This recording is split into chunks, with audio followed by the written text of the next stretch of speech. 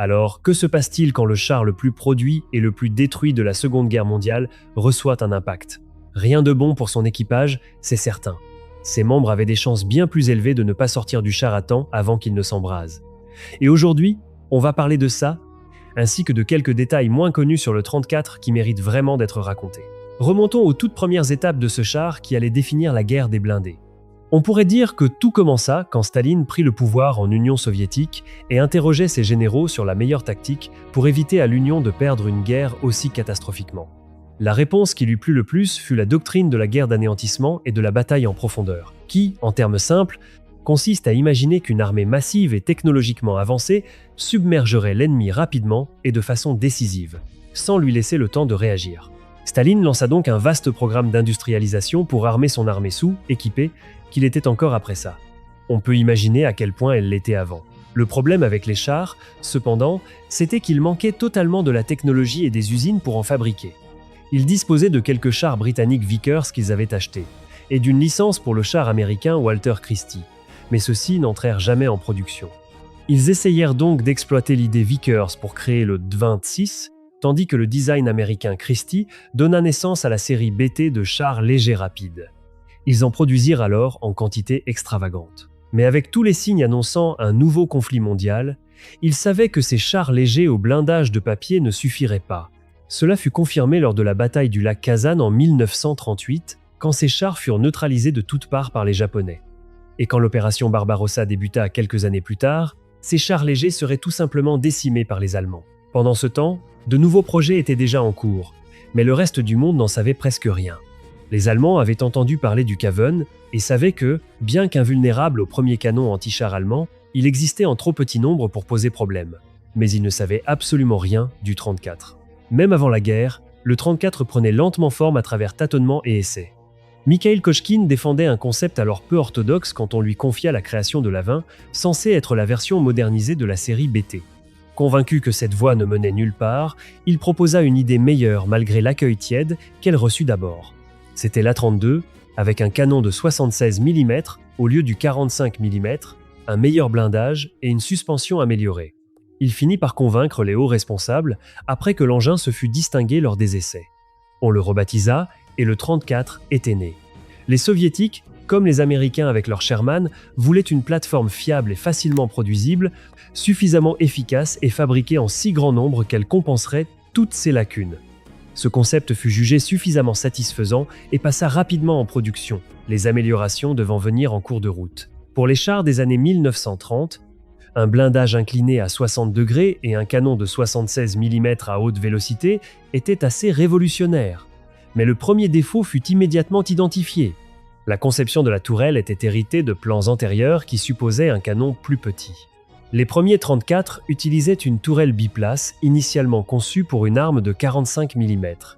Loger un canon de 76 mm plus grand et des munitions supplémentaires dans cet espace la rendit extrêmement exiguë pour le chef de char et le chargeur. Le chef de char devait également faire office de chargeur, faute de place pour un tireur dédié dans cette petite tourelle. Cela allait s'avérer par la suite un grave défaut ergonomique. Mais en 1940, la priorité était de construire rapidement un char puissant. Ce problème fut donc laissé en suspens, condamné à hanter les équipages qui allaient bientôt l'engager au combat. Avant la production en série du 34, son concepteur Kochkine voulut prouver la fiabilité de sa création. Il organisa un test d'endurance extrême d'environ 2000 km, conduisant de Kharkov à Moscou avec 2 prototypes de T-34. Le projet étant secret, ils évitèrent les routes et roulèrent principalement dans la boue et la neige. Quand ils atteignirent les dirigeants soviétiques près de Moscou et présentèrent les chars couverts de boue, chaque critique fut réduite au silence. Cela prit cependant un tour sombre quand Kochkine, qui accompagnait ses chars lors de cette traversée hivernale, souvent exposée au froid, contracta une pneumonie. Il s'obstina à rester avec son équipage pour le voyage de retour, mais sa santé se dégrada et il mourut effectivement en septembre 1940 sans avoir vu ce que sa création allait accomplir au combat. Je ne pense cependant pas qu'il aurait été satisfait de voir comment les Soviétiques l'utilisèrent si désastreusement dans les premiers temps de la guerre. Avançons jusqu'en juin 1941, où la massive poussée allemande en Union soviétique écrasait tout sur son passage. Les premiers chars légers que possédaient les Soviétiques étaient tout simplement pulvérisés par les panzers allemands et tout laissait présager que l'Union soviétique s'effondrerait en quelques semaines. Mais quand les Allemands s'enfoncèrent plus profondément en territoire soviétique, ils eurent une mauvaise surprise quand des chars dont ils ignoraient l'existence firent leur apparition. Les 34 étaient à ce stade dispersés parmi les unités blindées de l'armée rouge, pas encore en très grand nombre, quelques milliers d'engins en service. Quand ils rencontrèrent les Allemands pour la première fois, ils les choquèrent, car leur arme anti-char principale à l'époque, le canon anti-char tracté de 37 mm, également monté sur le Panzer IV, était tout simplement inutile contre lui. Les obus ricochaient même à bout portant, avec des rapports faisant état de chars encaissant plus de 20 impacts, avant qu'un finisse par toucher un point faible et neutraliser l'engin. Même le nouveau canon anti-char de 50 mm, monté en modernisation du Panzer III, avait du mal à mettre un 34 hors de combat de face, tandis que son 76 mm pouvait facilement détruire n'importe quel char allemand de l'époque. Mais ici, il faut mentionner ce que Nicolas Moran a souligné. Pourquoi le 34, pour l'amour du ciel, encaissait-il 20 impacts avant d'être neutralisé? Pourquoi l'équipage n'avait-il pas éliminé la menace après, je ne sais pas, 5 coups? On aurait dit qu'il restait simplement là à encaisser jusqu'à ce qu'un impact bloque la tourelle ou quelque chose pour finalement abandonner le char. Pourquoi les équipages allemands pouvaient-ils placer au moins 3 tirs précis pour chaque tir venant du 34? Ils avaient le meilleur blindage, la meilleure mobilité et la meilleure puissance de feu, et les 34 ne faisaient guère autre chose que frustrer les Allemands avec leurs armes de petit calibre jusqu'à l'arrivée du PaK 40 avec son obus anti-char de 75 mm. Les Allemands utilisèrent aussi leurs canons anti-aériens de 88 mm d'ailleurs, mais cela était encore en faible nombre à ce stade. Eh bien, la réponse est simple. Les tankistes soviétiques ne voyaient pas et n'étaient pas suffisamment entraînés pour savoir utiliser ce qui était censé être un char supérieur. On a déjà évoqué l'exiguïté extrême de la tourelle. Regardez cette trappe. Une trappe unique d'un seul tenant sur le dessus pour les 2 membres d'équipage de la tourelle, pour laquelle il fallait une force surhumaine pour l'ouvrir. Ensuite, le chef de char à peine formé devait simultanément faire office de tireur, commander le char et observer ce qui se passait sur le champ de bataille, depuis une tourelle à la visibilité tout simplement catastrophique. L'école pratique des chars durait quelques heures, littéralement. Ils avaient rarement des radios. Généralement, seul le chef de peloton en avait une. Les autres communiquaient par signaux lumineux ou de drapeaux, ou en pratique, simplement en suivant le char de tête et en imitant ce qu'il faisait. Il existe d'ailleurs des rapports allemands décrivant des chars soviétiques partant à l'assaut sans aucun plan, se regroupant, incapables de localiser d'où venaient les tirs et ripostant avec une précision déplorable. Et leurs optiques étaient elles aussi médiocres comparées aux standards allemands. Staline, dans l'une de ses nombreuses purges, avait éliminé une large proportion des officiers de l'armée rouge. À ce stade, malgré un char raisonnablement performant pour l'époque, les équipages soviétiques ne pouvaient tout simplement pas exploiter ses atouts. Il y avait aussi des problèmes de transmission, des pénuries de carburant et de munitions, et la désorganisation générale dans laquelle se trouvait l'armée rouge à ce stade. Les Allemands bombardaient les usines, donc les pièces détachées étaient difficiles à trouver. De nombreux 34 durent être abandonnés et détruits. Et rien qu'en 1941, plus de 2000 d'entre eux furent perdus. En fait, au début, davantage de 34 furent perdus pour des causes non liées au combat que par l'action allemande. Ce mythe d'invincibilité qu'ils avaient à leur première apparition fut donc rapidement brisé. Mais la véritable histoire du 34 restait à écrire. Et cela ne serait pas plus facile pour ces équipages. À l'automne, la Wehrmacht se trouvait aux portes de Leningrad et de Moscou. Voyez à quel point ils étaient avancés. Les soviétiques faisaient face à une réelle perspective d'effondrement. Cependant, 2 choses allaient l'empêcher, et le 34 y fut pour beaucoup. Premièrement, un nombre énorme de troupes et d'unités de réserve maintenues en arrière près de Moscou furent toutes engagées dans la défense. Et deuxièmement, l'Union soviétique passa en mode guerre totale, faisant de la défense une priorité absolue avant tout le reste, ce qui affecta la production de chars plus que tout. Mais pour rendre la production possible, il fallait déplacer les usines en lieu sûr, loin des raids aériens allemands et du risque d'être submergés, ce qui s'était produit fréquemment jusque-là. Ils démontèrent donc des usines entières, les chargèrent sur des trains et les transportèrent au-delà de l'Oural, en Sibérie et au Kazakhstan. On peut mesurer sur une carte à quel point c'était loin, en plein milieu de nulle part. Des dizaines de milliers d'ouvriers et leurs familles les accompagnèrent, dont le seul but pendant les années suivantes fut de travailler, dormir et recommencer.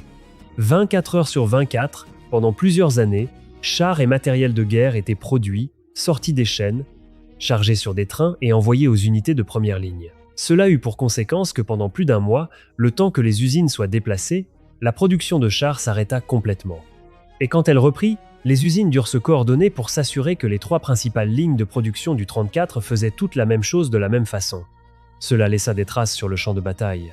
Mais une fois les usines installées loin de toute attaque allemande possible, elles pouvaient cracher un nombre incroyable de chars sans interruption. Au plus fort de la production, elles sortaient 1200 T, 34 par mois. Pour vous donner une idée, les Allemands produisirent un peu plus de 8000 Panzer IV en quelques 6 ans. Les Soviétiques firent de même en 6 mois. Le 34 fut encore simplifié, réduisant le nombre de pièces. Le blindage fut réorganisé pour pouvoir être soudé plus vite. La tourelle fut transformée en une pièce hexagonale moulée.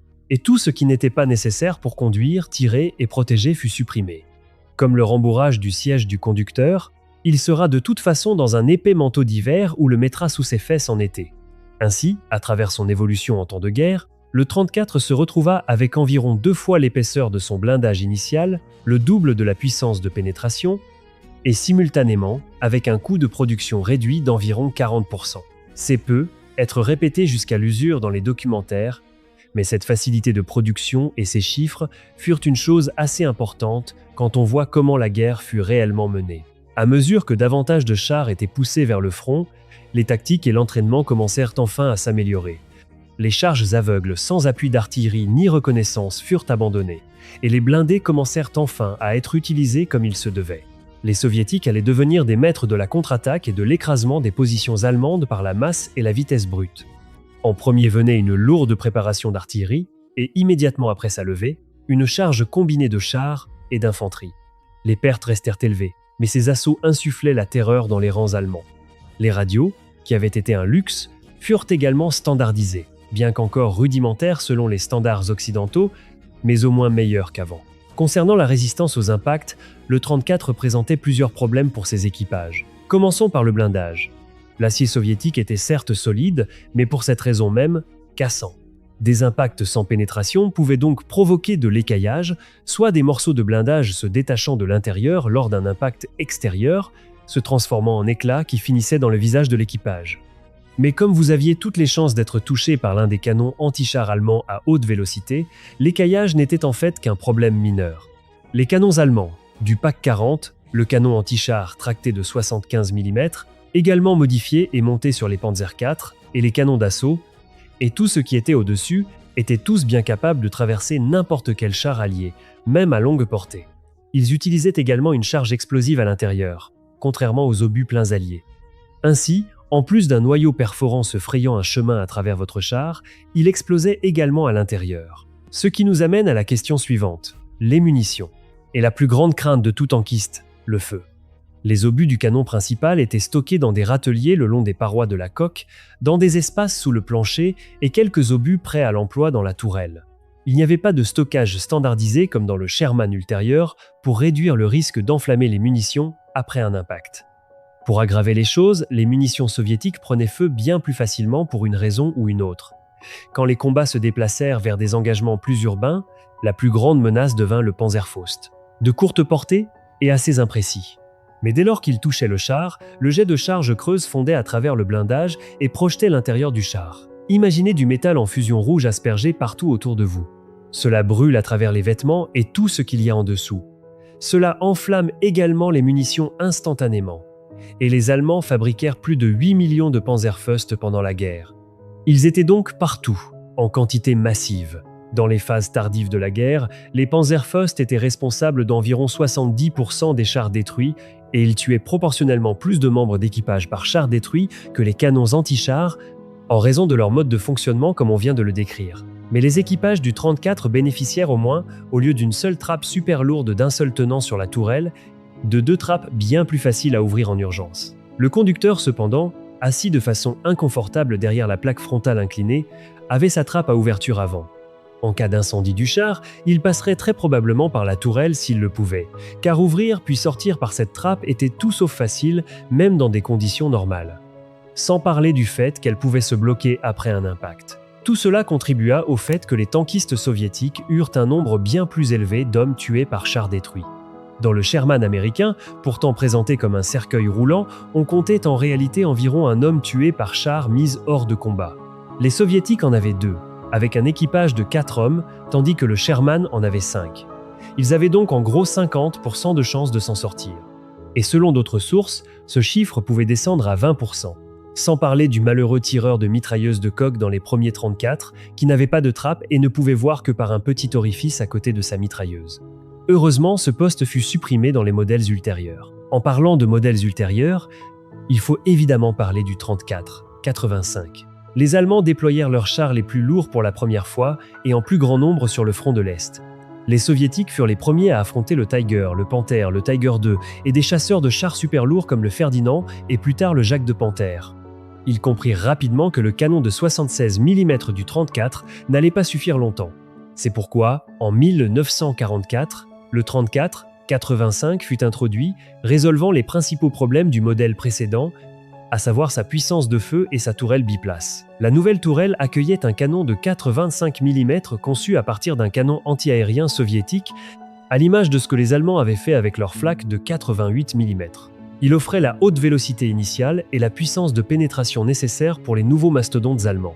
Ces obus hautement explosifs plus puissants pour les autres cibles constituaient un avantage supplémentaire appréciable. Mais la véritable amélioration était la tourelle repensée. Elle était désormais enfin assez grande pour le canon et 3 hommes, avec un chargeur et un tireur dédiés pour tout ce qui concernait le canon, et offrant au chef de char une pause bien méritée pour se concentrer sur le champ de bataille. La visibilité fut également améliorée grâce à une vraie coupole avec des périscopes panoramiques ou des fentes de vision. Cela améliora significativement l'efficacité au combat, ou mieux dit, réduisit la non-efficacité du 34 initial, bien qu'il soit encore loin d'être ergonomique, spacieux ou confortable. Des poignées furent également soudées sur l'extérieur du char pour que l'infanterie puisse s'y accrocher lors des charges, et la production se tourna désormais vers ce modèle. À la fin de la guerre, les Soviétiques avaient produit quelques 57 000 T, 34 de différents modèles, ce qui est proprement ahurissant en aussi peu de temps. C'est le char le plus produit de la guerre. En deuxième position vient le Sherman et ses variantes, avec un peu moins de 50 000 unités. Sans même compter tous les autres chars et canons d'assaut automoteurs soviétiques, rien que le 34 surpassait en production la totalité des véhicules blindés allemands combinés. Et c'est ce fait-là qui fut responsable de la victoire dans la guerre, en dépit du fait que ce n'était pas le meilleur char.